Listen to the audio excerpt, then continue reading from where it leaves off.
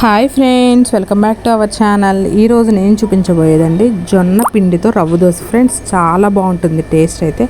మీరు ఎంతసేపటి తర్వాత తిన్నా కూడా చాలా క్రిస్పీగా ఉంటుంది. సో ప్రాసెస్ అయితే చూసేయండి.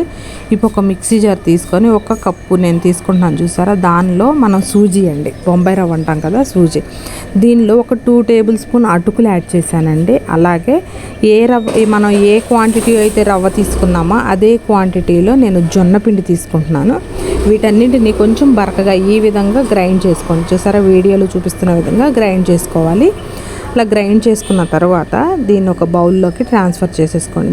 దీంట్లో ఇప్పుడు టేస్ట్ సరిపడినంత సాల్ట్ యాడ్ చేయండి. అలాగే ఒక 1/2 కప్పు పెరుగు కూడా యాడ్ చేసి దీనిలో కొంచెం వాటర్ యాడ్ చేసి ఫస్ట్ దీన్ని కొంచెం దోశ బ్యాటర్ లాగా రెడీ చేసుకొని పక్కన పెట్టుకోవాలి. ఎందుకంటే ఇలా మనం కలిపి పెట్టుకోవటం వల్ల మనకి ఆ రవ్వ అనేది నానుతుంది, బాగుంటుంది అనమాట. ఫస్టే మీరు ఎక్కువ మనకి ఈ రవ్వ దోశ బ్యాటర్ ఎలా ఉంటుందో ఆ విధంగా అయితే కలుపుకోకండి. ఫస్ట్ దోశ బ్యాటర్ కన్సిస్టెన్సీలో కలిపి పక్కన పెట్టుకోండి. ఇప్పుడు దీనిలోకి నేను కాంబినేషన్ చట్నీ చేస్తున్నాను. నేను సింపుల్ పల్లీ చట్నీ అనమాట. ఒక 4 పచ్చిమిర్చి, ఒక 2 గుప్పెళ్ళు ఏమో నేను వేరుశనగ గుళ్ళు తీసుకున్నానండి. దీనిలోనే 1 టేబుల్ స్పూన్ వరకు పచ్చిశనగపప్పు, కొంచెం ఆయిల్ వేసుకొని వీటన్నింటినీ కూడా ముందు ఫ్రై చేసేసుకోవాలి.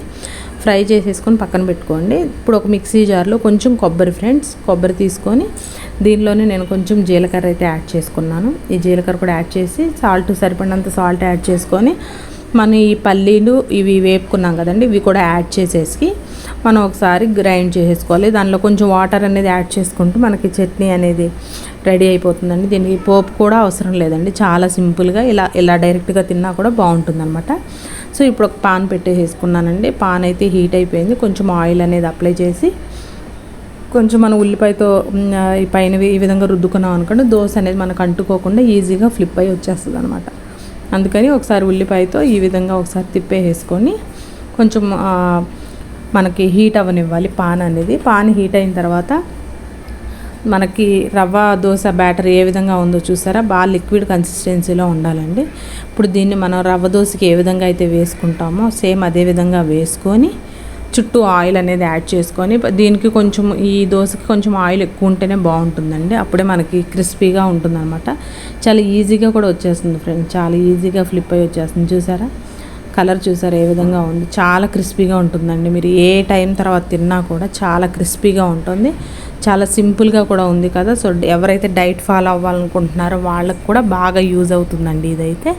సో ఇంకెందుకు లేట్, మీరు కూడా ఒకసారి ట్రై చేసేయండి ఈ వెరైటీ జొన్న రవ్వ దోశని. ఇలాంటి వెరైటీ రెసిపీస్ కోసం మన ఛానల్ని సబ్స్క్రైబ్ చేయడం మర్చిపోకండి ఫ్రెండ్స్. Thanks for watching.